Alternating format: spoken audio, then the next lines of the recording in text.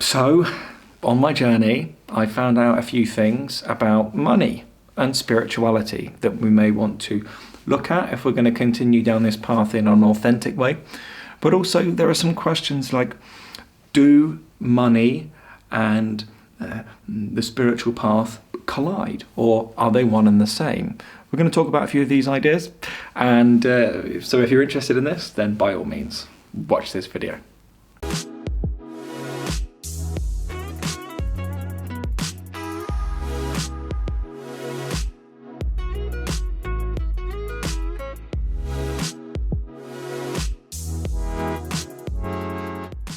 So this was a question that was offered to me on Instagram and I believe on YouTube by AJ. He asks a few questions related to money and spirituality, and I thought, well, heck, why not sort of try and address this to the best of my ability, because it's an important aspect that we need to understand for ourselves, isn't it? Remember, the journey, the spiritual journey, is not about getting rich. We recognise that, although we wish it was. And there's nothing wrong with getting rich or having fame in relationship to this journey. But it's about the attachment to it, isn't it? If I'm greedy and continually want more and more and more money, it's a bit of a inadequacy inside of myself, isn't it? Meaning the attachment is never really about the money in itself. It's always about my relationship to money, isn't it? Meaning, let's use my example. If I have loads of clients and then next week I don't have loads of clients, then if my relationship or my value is invested in the idea of the amount of money that I make, who gets affected? Well, the one week when I have loads of clients, I feel amazing. The next week when I have less clients, I don't feel so great. So we can see that the attachment isn't necessarily about money itself, but how and where I put my value in said money. I hope that made sense, but for now, we'll leave that aspect of money and move on to a different idea, because AJ asked some great questions and I just want to jump into them. The first one was, do we have to take care of our finances? And I can only tell you my experience of this. I didn't. I went for a long period after my awakening of actually giving money away and being really, really overly generous, because I thought that that was the answer. Oh, right, well, we have to be loving, right? So let me give all my money away and help people out and be the nicest person I can be. And we recognize that falls flat on our face. And if we're not realizing that yet, then you will. We have to take responsibility in relationship to our finance a little bit, isn't it? But the only way that we can learn that is by first not taking responsibility with our finances and going at this in an egoic way, meaning giving out loads of money for good favor with God or whatever it is. There's a subtle intention there, isn't there, that's a little bit out of alignment inside of ourselves. And it's okay that we do this. It's necessary. So if you're doing it, don't worry. Don't judge yourself. Don't blame yourself. Just become aware perhaps that this isn't the final answer in relationship to money. The second question they ask are spirituality and material reality two separate things, or are they just kind of one and the same?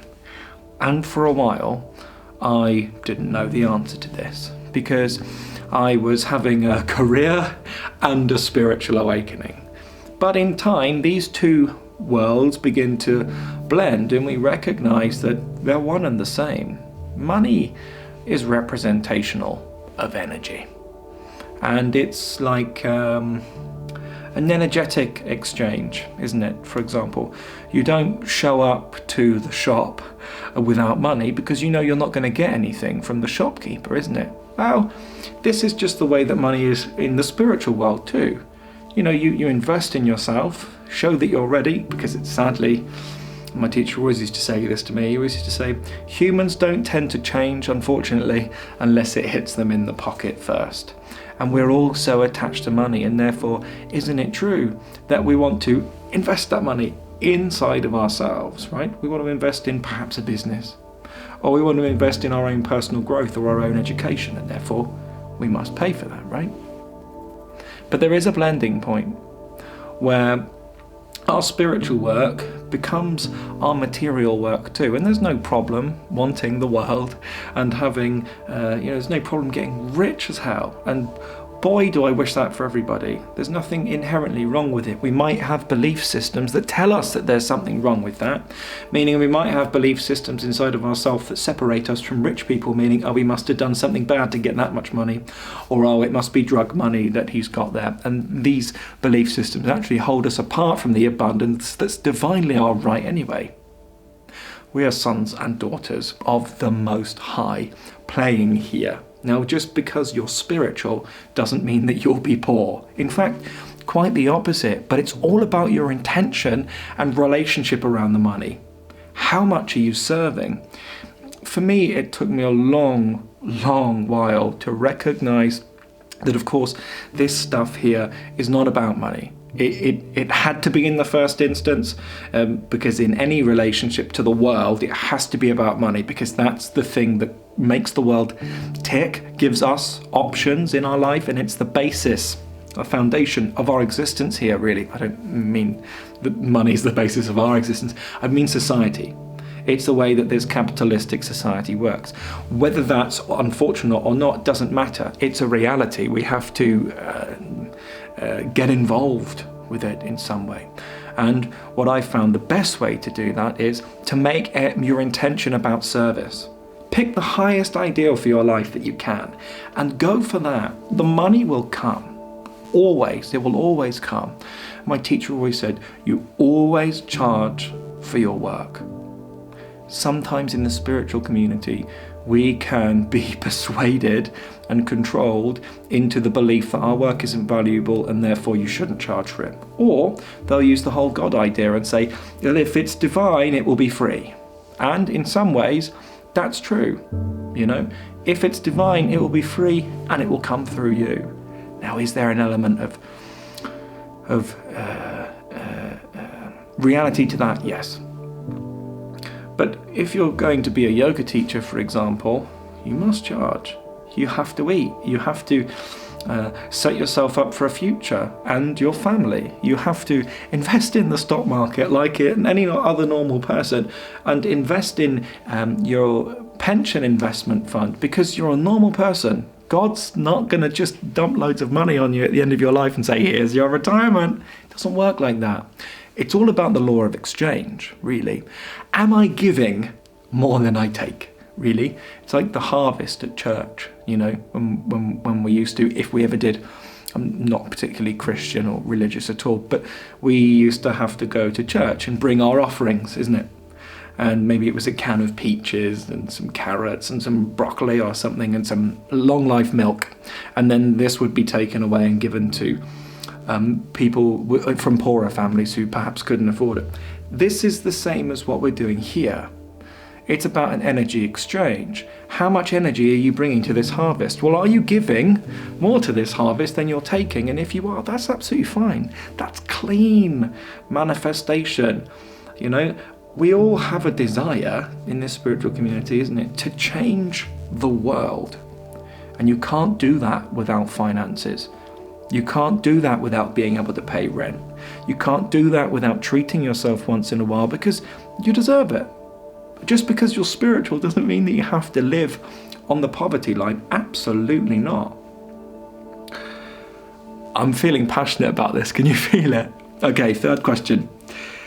Can spirituality help us to fulfill our material needs? The answer to that is simply yes, it can. Not that it should ever be really the intention, I'm going to do this to get rich, because it won't work that way. The vibration of us has to be right. We have to at least have some meeting point where we say, okay, I'm here for service, and that's my intention. That's a really clean intention, because it feels good.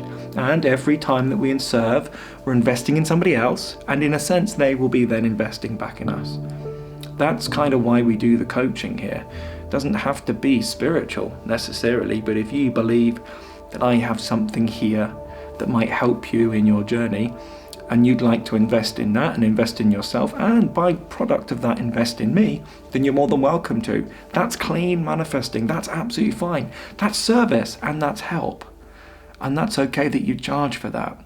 And should you wish, down below there are plenty of free offerings. We have to find the balance, isn't it? Like this is free giving. And there are plenty of free offerings down below. And that's so you can serve everybody on every level. But for those that want to go a bit deeper, or to breed a deeper connection and want to take this really, really seriously and have the finances to do so, then they're more than welcome to dive into the paid stuff that everybody offers on this journey. Of course, mine's down below if you want it, free application form for the one-to-one coaching. But I leave it there for those that want it. There has to be this balance. And when we find that balance, yes, life will take care of your material needs. Just got to make sure that we're giving more than we're taking, because that keeps it nice and clean. Final question. Is it that we're in fact being distracted away from material needs? I think this comes on the spiritual path. It comes up, I've felt it in me. It's like, well, is God going to take care of me here if I go down this path? Am I being distracted away from material needs so that I gain more of my sustenance from joy and life and helping other people? And am I just going to be a volunteer who's on the poverty line for the rest of my life? Not that all volunteers are on the poverty line. In fact, they tend to be the richest people who can offer their time because they've created financial security for themselves. So we can have this belief system, isn't it, that we're being led down a path that doesn't align with monetary abundance. But it does. First of all, it has to be an internal change, doesn't it? We have to feel that abundance inside, and life will mirror it. It's law of attraction. It has to, but it also recognize its law of exchange. The more I give out, the more I get back. And it should be that way, isn't it? That's fair. Okay. Please recognize, if in this moment you are experiencing a time where no money is coming in, and in fact money is actually flying out of you faster than you can bring more money in, this is also okay too. I had this experience in my life. It was actually down to my bad habits that this began to happen in a big way, but thank God that happened too, because then I hit rock bottom and I decided to do something about it, and that was this. So even when we hit rock bottom, if we do, because there's so much money leaving, you'll still find things to be grateful for when you hit rock bottom. There'll still be food in the cupboard, and you can sit there and think, wow, I'm so lucky there's still a roof over my head. And then from there you'll build. The attitude of gratitude is totally possible at rock bottom, and that's the perfect moment for it. It's the idea of the bounce back principle that many teachers talk about, and I love it because it's true. Sometimes things just have to crumble, isn't it, so that they can become bigger in a new way. And I've been through so many experiences of that in my life, but every time we hit the bottom, let me tell you, regardless of how long you've been on this journey, the unknown is still going to scare the living bejeepers out of you. But you begin to trust more and more that life is guiding you, because every time you crash, life builds it up bigger in a new way, in a more passionate way for you, and that's more in alignment for you. And that's the way that life works, if we just let it. I hope this helps. Recognize that if you are in a moment where you're not producing anything for the world, this is okay. Sometimes the universe will put you in positions like this so that we can grow, isn't it? And that's what we're giving to society. By changing our consciousness, we do give a huge amount to society. We add to the collective unconscious. We increase the vibration of that in the world. And that's really powerful. And then recognize, because you're doing that work, don't feel guilty that you're not really contributing to society, because you are. And if you're in one of these rest periods, be grateful, isn't it? Because you're bound to be very busy soon. I hope this helps. Namaste.